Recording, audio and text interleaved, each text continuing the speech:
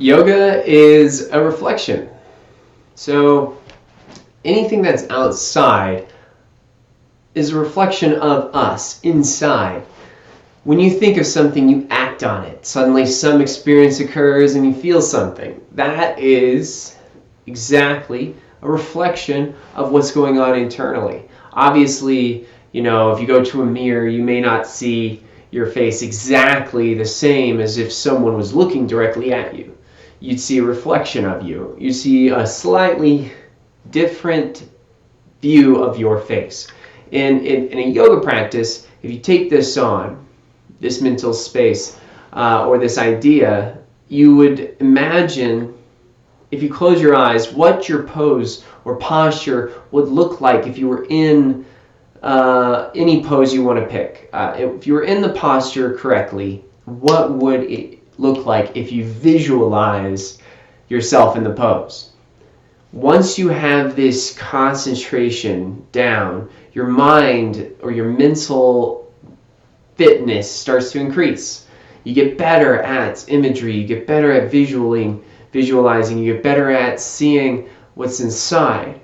The more you do this and then observe how your body reacts while you're in your yoga practice on your mat doing the exact pose you're imagining, you'll start to feel it differently. Now this is very unique for each of us. We will typically utilize a mirror when we practice or become practitioners. Whether you're beginner or advanced, there probably is still times where you use a mirror to see and tune or tone your body or align your body appropriately to what the pose should be or should look like. What you want, well, never mind. You can find out what you want. But the thing that's trying to open up to you is that the pose is already within you. Take, for example, a sculptor, someone who works with stone or marble or ice, someone who has to chisel away or use a hammer and a pick to create the detail in the art that they're making.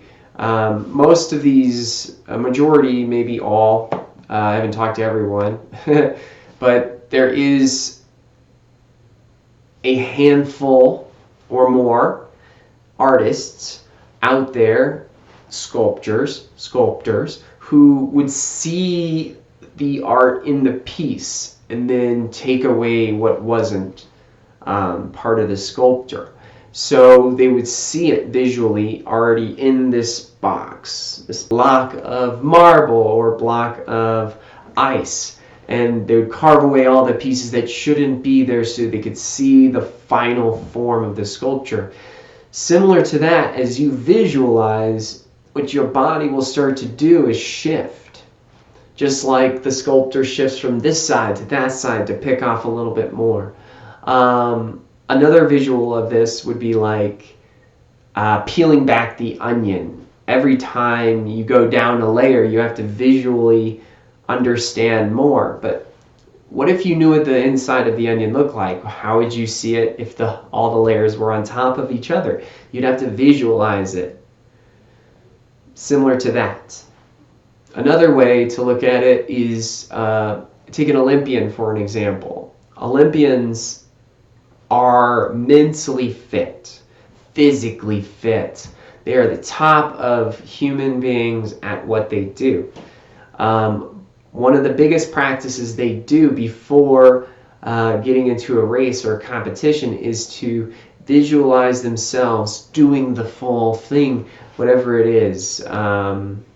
Seeing themselves mentally wires their brain when their physicality comes in. Instantly they're almost on like an autopilot or sense of flow state. Is such a concentrated state that you're present, so present that everything else is gone.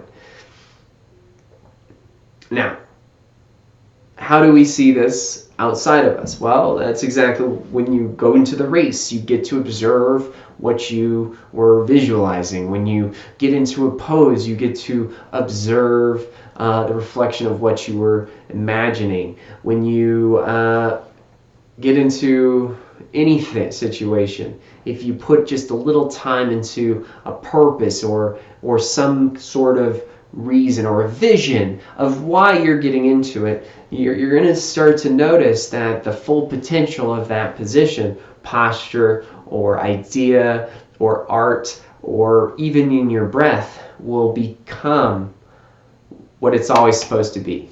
So chisel away at this, take your time. Maybe you peel back the onion, maybe take your time and just sit still in easy pose and visualize your body as you know it. It may take a long time to even visualize your whole body. Just start where you are. There is no rush to get there, because the kinder you are, the more reflective this will be.